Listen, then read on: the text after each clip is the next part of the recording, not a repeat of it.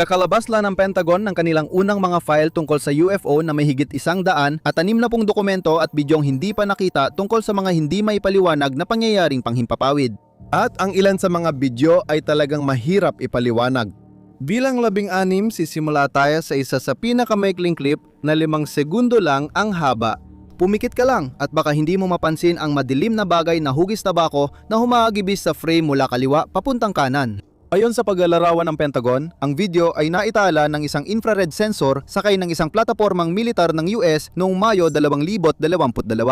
Isinumite ito sa All-Domain Anomaly Resolution Office o AARO ng US Central Command kasama ang ulat na nagsasabing maaari itong isang posibleng misil. Kapag pinabagal ang video, mas nagiging malinaw ang paliwanag. Mahaba at makitid ang hugis nito parang misil, lalo na't kinuna nito sa gitnang silangan. Kasabay nito, itinuturo ng mga taga-suporta ng UFO na hindi naman karaniwang nagsusumite ang militar ng mga ganitong video sa araw, maliban na lang kung may kahit kaunting pagdududa tungkol sa kung ano ito. Ibig sabihin, ang mismong pagka-flag nito ay nagpapakitang hindi pa ito tiyak na nakilala, kaya posibleng iba ito. Numero 15. Ang video na ito na naitala ng US Central Command noong 2020 at ibinahagi sa araw ay mahigit 1 minuto ang haba. Tandaan na inedit ng orihinal na nag-ulat ang footage at pinahinto ito sa 10 segundo. Naglagay sila ng tala na nag-highlight ng maliit na thermal signature na puting orb sa itaas ng frame. Wala nang ibang binago sa footage. Pagkatapos suminto, sinusundan ng video ang orb na gumagalaw pakaliwat pakanan sa langit ng medyo mabagal. Minsan, natatabunan ito ng mga tinakpang bahagi ng frame at pinapalitan ng operator ang contrast at zoom, pero wala pa ring lumilitaw na malinaw na detalye. Mukha itong maliit na bilog ng liwanag na walang kakaibang anyo o katangian.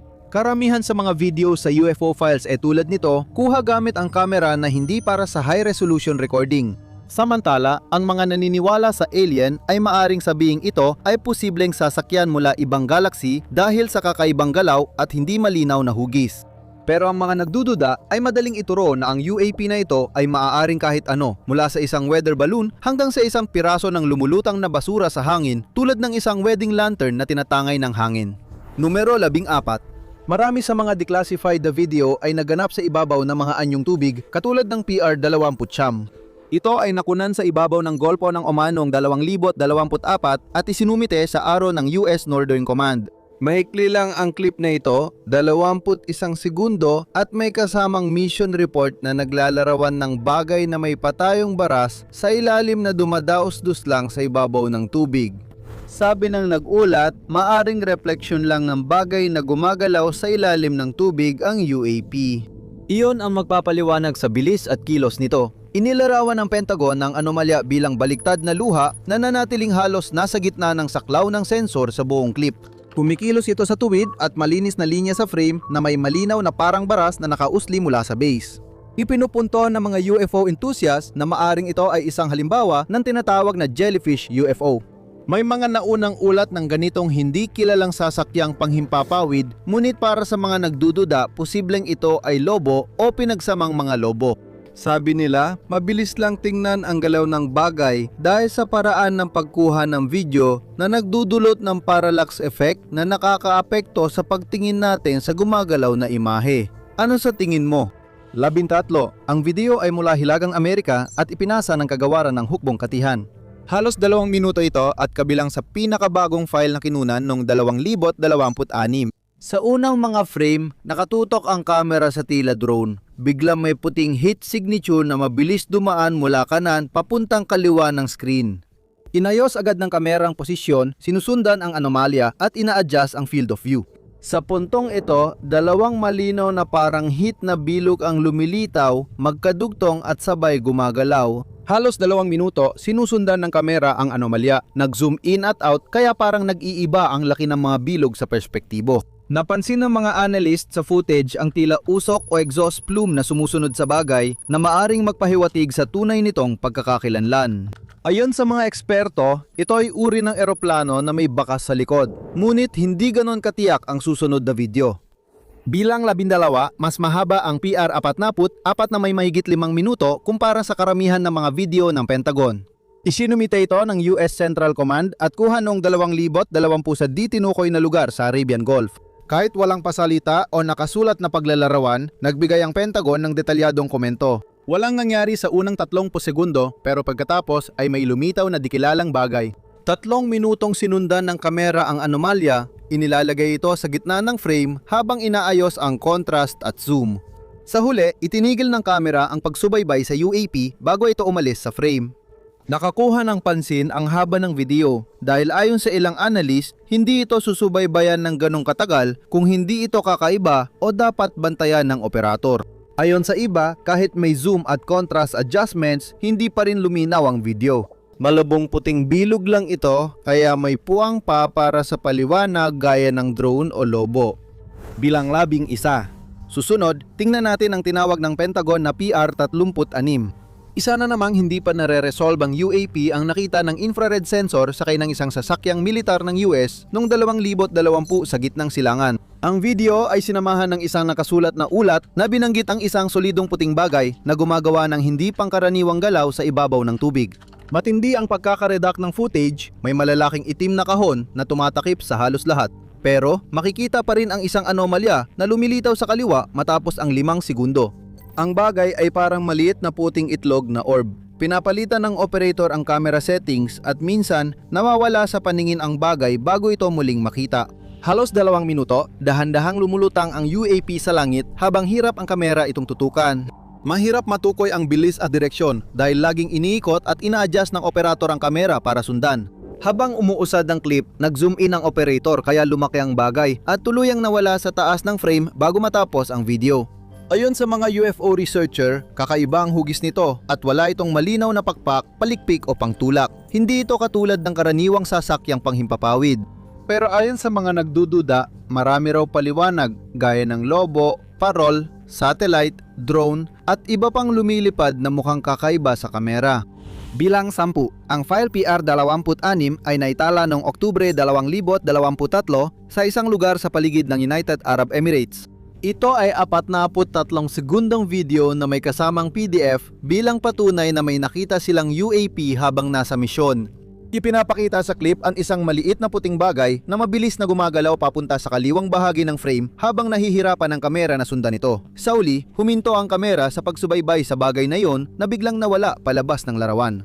Pinabagal at pinalaki ng mga analyst ang video para mas malinaw makita. Inilarawan ito ng ilang bilang kumpol ng mga orb. May ilan namang nagsabi na kahawig ito ng isang ibon na may malinaw na anyong parang pakpak at maging buntot na mas kitang-kita kapag pinalaki ang larawan. Dahil dito, hati ang opinyon ng mga tao tungkol sa partikular na video clip na ito. Sabi ng ilan, malamang ay isang ibon lang ito o kaya naman ay isang fixed-wing na drone. Sabi ng iba, baka ito ay advanced na sasakyang pangkalawakan ng alien na ginawa para hindi madiskubre.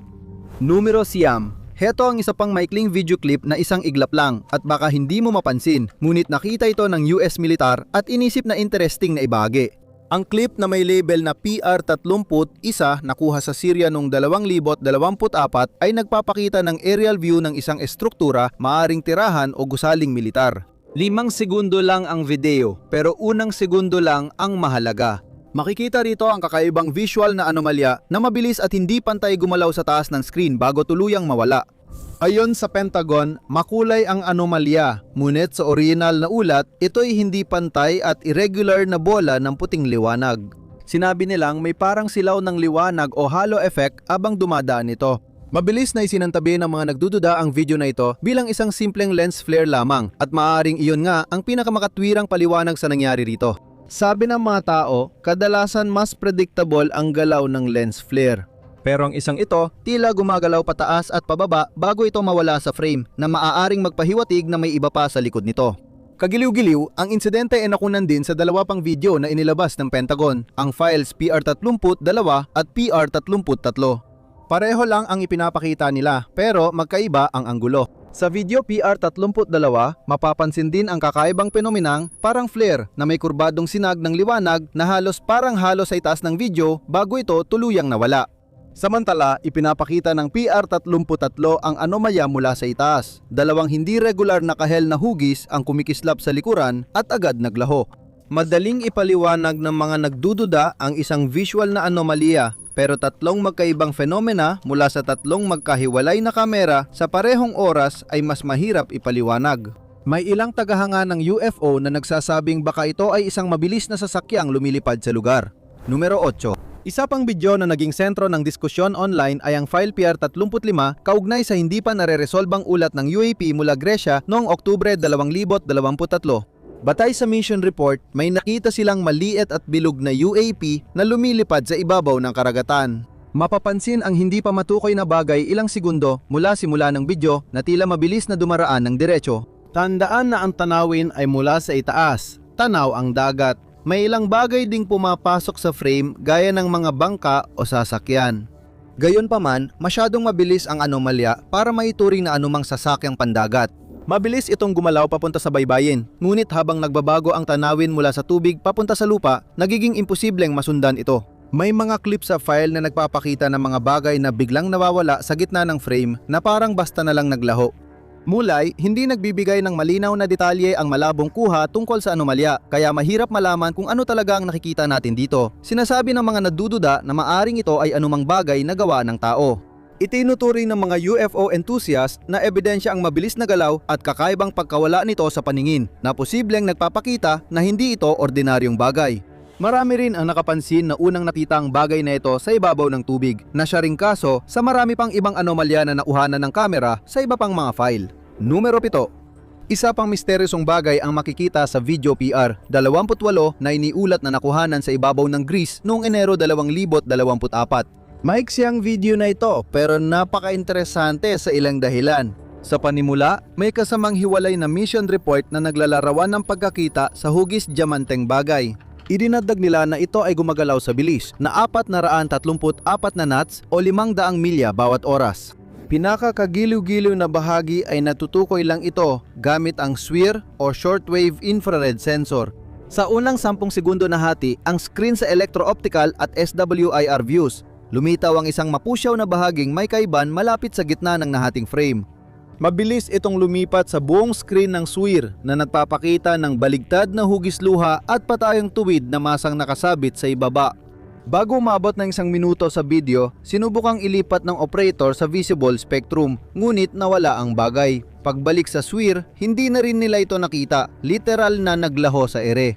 May ilang mga komentador na nagsabi na maaring isang kumpol ng mga lobo ang bagay na ito pero may ilang malinaw na pagkukulang sa teoryang iyon. Binanggit sa ulat na sobrang bilis gumalaw ang bagay na ito. Pangalawa, ang katotohanang sa SWIR screen lang ito lumitaw ay nagpapakitang hindi ito karaniwang pisikal na bagay na madaling makita ng mata. Ayon sa mga UFO enthusiast, maaring isa itong spacecraft na mukhang dikya. Heto naman ang video na nagpapakita ng malinaw na tanaw ng posibleng lumilipad na platito. Numero 6, dalawa lang sa mga video na inilabas sa UFO files ang nakalista na naganap sa North America at ang PR-45 ay isa sa mga iyon. Ang partikular na video na ito ay iniulat na nakunan sa katimugang bahagi ng Estados Unidos na tahanan ng maraming kilalang sightings sa mga lugar tulad ng Texas, Georgia at Florida. Isinumite ito ng Department of the Air Force at tumatagal ng halos 1 minuto. Ito ay nakunan noong 2020 at ipinapakita nito ang isang targeting reticle na nakalak sa isang bagay na sa unang tingin ay parang bola ng liwanag, katulad ng mga bagay sa iba pang mga clip na nakita natin hanggang ngayon. Pinapaliit ng sensor ang field of view at nag-zoom in sa lugar na may contrast para mas malinaw natin itong makita habang lumalaki at mas nagiging detalyado. Ang pinakakapanapanabik na sandali ay dumarating kapag ang maliit na puting tuldok ay biglang lumaki. Parang klasikong lumilipad na platito sa lumang sci-fi na pelikula. Napansin ng Aro na ang pagbabago sa laki ay dahil lang sa perspektibo habang lumalapit ang sasakyang gamit ng US sa bagay.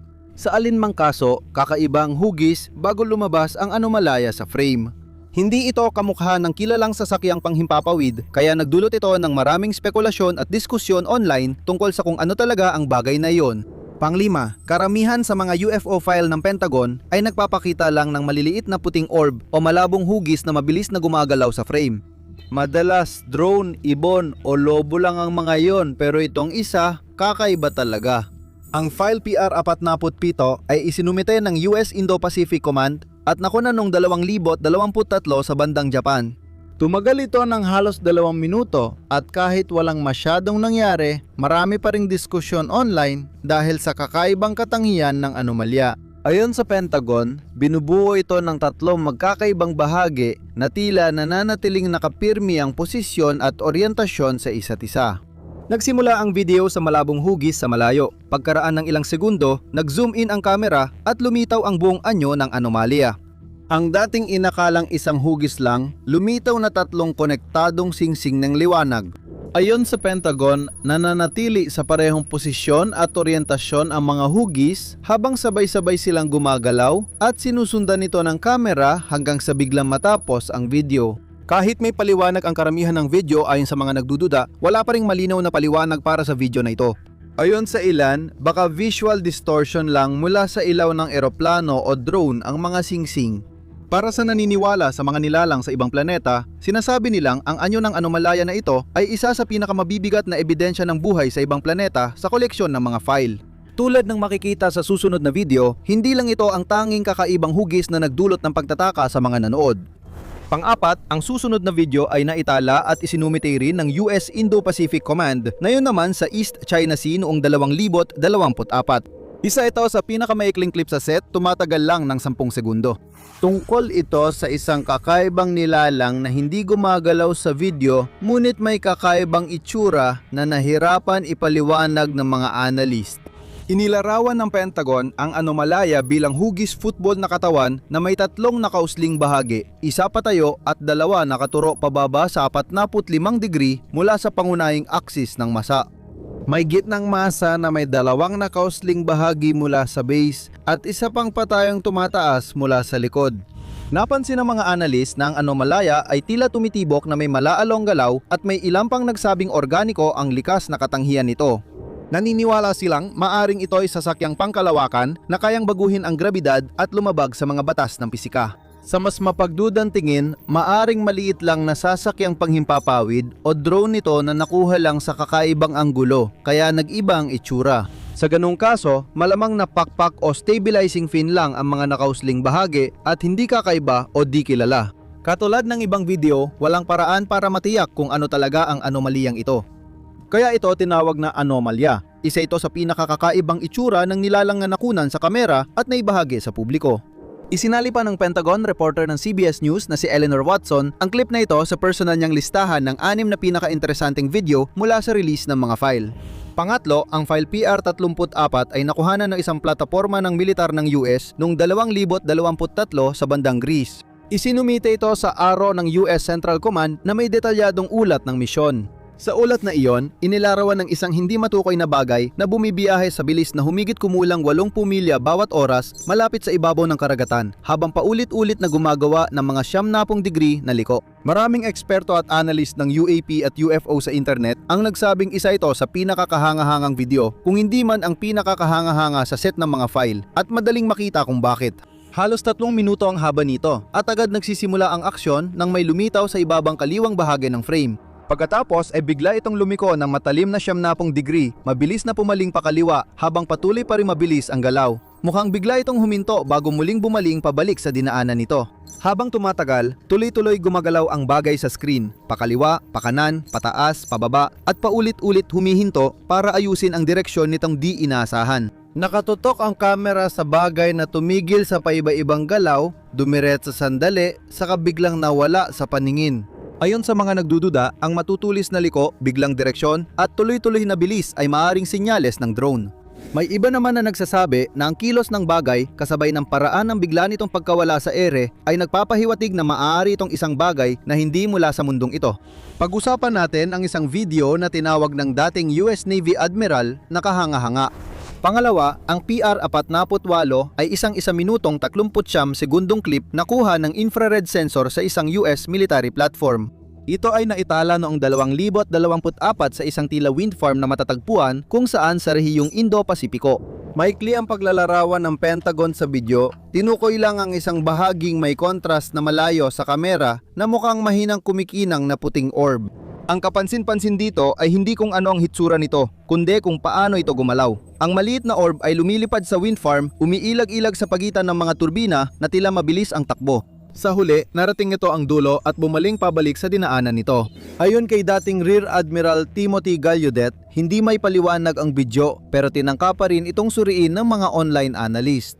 Ang mga nagdududa ay nagsasabing maaaring isa lang itong drone at maraming halimbawa sa internet ng mga tao na nagpapalipad ng kanilang mga drone sa mga wind farm. Mabilis namang itinanggi ng mga analyst ang argumento at binanggit ng mga turbina sa offshore wind farm ay kadalasang kailangang may pagitan na hindi bababa sa ilang daang talampakan. Dumadaan ang bagay mula sa isang turbina patungo sa isa pa ng napakabilis. May nagsabing mas mabilis pa ito sa tunog lagpas sa kaya ng anumang komersyal na drone. Kaya ano ba talaga ang paliwanag dito? May ilang analyst na masinuri at pinatatag pa ang video bawat frame.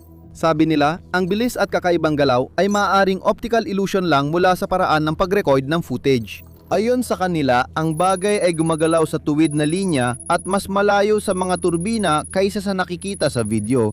Numero 1, ngayon ay dumating na tayo sa isa sa pinakakakaibang video sa buong koleksyon at ito rin ang pinakanamumukod-tangi, file PR38.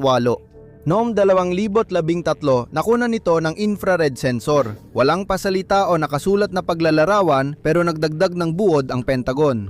Ipinapakita rito ang paglitaw sa screen ng 8 tulis na bituin na may magkakaibang haba ng mga braso sa simula ng halos 2 minutang video. Sa pagpapatuloy ng clip, ang kakaibang bituin ay gumalaw sa mga di pangkaraniwang galaw sa screen. Paminsan, dahan-dahang lumilihis ito bago biglang kumabig sa ibang direksyon. Sabi sa ulat ng Pentagon, tila may sarili itong nakikitang bakas. Sa gitna ng video, lumitaw ang pangalawa at mas malaking hugis sa screen. Ilang beses lumutang at nawala bago tuluyang naglaho.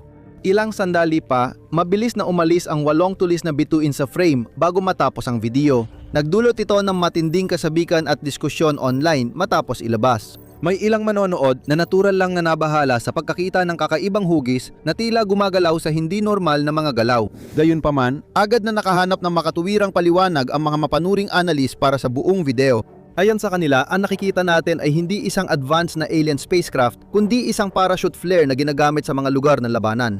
Pinapapalipad ang mga flare at unti-unting bumababa gamit ang maliit na parachute.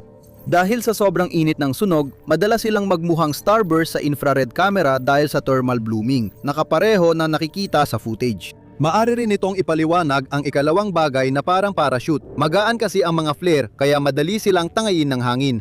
Iyon din ang dahilan kung bakit parang paikot-ikot ang bituin sa iba't ibang direksyon. Tulad ng ibang clip, posibleng may paliwanag pero sapat ng kalabuan kaya nagtatanong pa rin ng mga tao kung ano ang nakita nila. Naiiwan pa rin ang malaking tanong.